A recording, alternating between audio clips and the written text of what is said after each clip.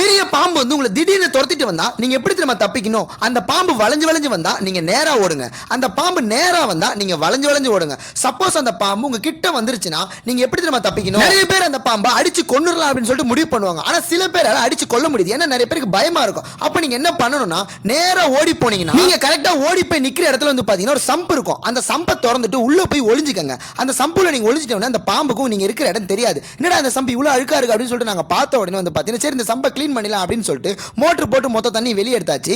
வெளியே எடுத்து முடிச்சோன்னு பாத்தீங்கன்னா பாருங்களேன் அந்த சம்பு எவ்வளவு அழுக்கா இருக்குன்னு சொல்லிட்டு சரி மேல பிரஷர் வாஷ் பண்ணி முடிச்சிட்டு அப்புறமா உள்ளே பிரஷர் வாஷ் பண்ணல. அதுக்காக நம்ம உள்ள இறங்கிட்டோம். நம்ம உள்ள தானே இருக்கோம். சரி உள்ளே க்ளீன் பண்ணிடலாமே அப்படின்னு சொல்லிட்டு உள்ளே பிரஷர் வாஷ் பண்ண ஸ்டார்ட் பண்ணியாச்சு. பிரஷர் வாஷ் பண்ணி முடிச்சோன்னு பாத்தீங்கன்னா எவ்வளவு அழுக்கா இருக்கிற சம்பை பிரஷர் வாஷால எவ்வளவு சூப்பரா க்ளீன் பண்ணி எடுத்துட்டு இருக்கோம் பாருங்க. ஒரு டைம் பிரஷர் வாஷ் பண்ணா போதாது அப்படின்னு சொல்லிட்டு ஒண்ணுக்கு 3 தடவை மேல நம்ம பிரஷர் வாஷ் பண்ணி முடிச்சிட்டோம். பிரஷர் வாஷ் பண்ணி முடிச்சோன்னு வந்து பாத்தீங்கன்னா ஒரு சொட்டு அழுக்கு கூட அந்த சம்பள இல்ல. அவ்வளவு பெர்ஃபெக்ட்டா சூப்பரா க்ளீன் ஆயிடுச்சு.